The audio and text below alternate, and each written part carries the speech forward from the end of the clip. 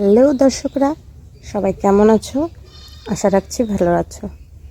এই যে এটা হচ্ছে, দেখতেই পাচ্ছ, বেগুন।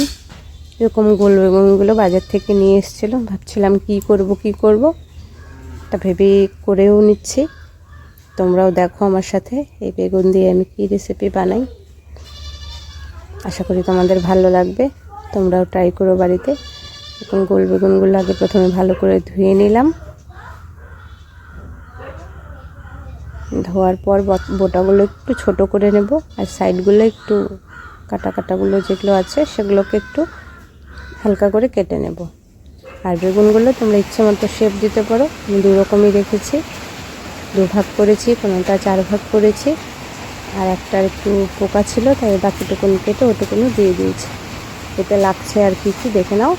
রসুন কোয়া আমি 2টো রসুন ছোটো মতো দিয়েছি, পেঁয়াজ কুচি, আদা, শুকনো লঙ্কা এগুলো বাটবো। প্রথমে শুকনো লঙ্কা, আদা, জিরা এগুলো আগে বেটে নিলাম, শিলনোড়ায় বেটে নিচ্ছি। তারপর পেঁয়াজ, রসুন এগুলোও বেটে নিলাম।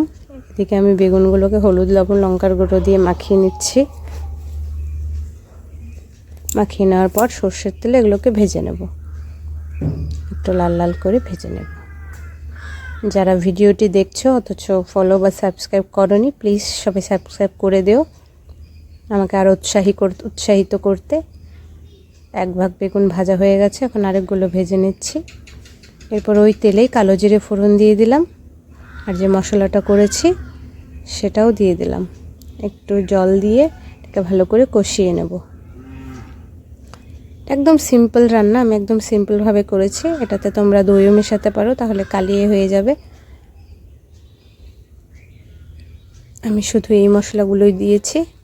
তাকে ভালো করে নেড়ে চেড়ে কষিয়ে বাড়িতে পরিমাণ মতো জল দিয়ে দেব। আর এতে তো মশলা তোমরা জানোই কি অ্যাড করতে হবে, লঙ্কার গুঁড়ো, হলুদ, লবণ এসব দিয়ে ভালো করে কষিয়ে নিয়েছি। জল দিয়ে দিলাম, এবার কিছুক্ষণ এটাকে ফুটতে দেব। বাইরে কিন্তু বৃষ্টি পড়ছিল। আমি আজকে এটা গ্যাসে রান্না করেছি। এবার এতে গরম মশলা দিয়ে দিলাম, ঝোলটা ফুটেও এসছে। আর কটা কাঁচা লঙ্কাও দিয়ে দিলাম।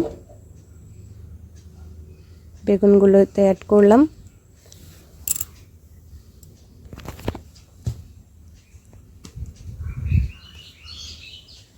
হালকা করে নাড়তে হবে, তা নাহলে বেগুনগুলো এলোমেলো হয়ে যেতে পারে। ব্যাস, এবার ঝোলও ফুটে এসছে। আর একটু হতে দেবো।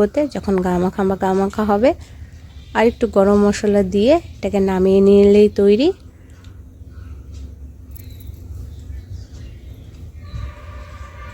এই বেগুনের রেসিপি।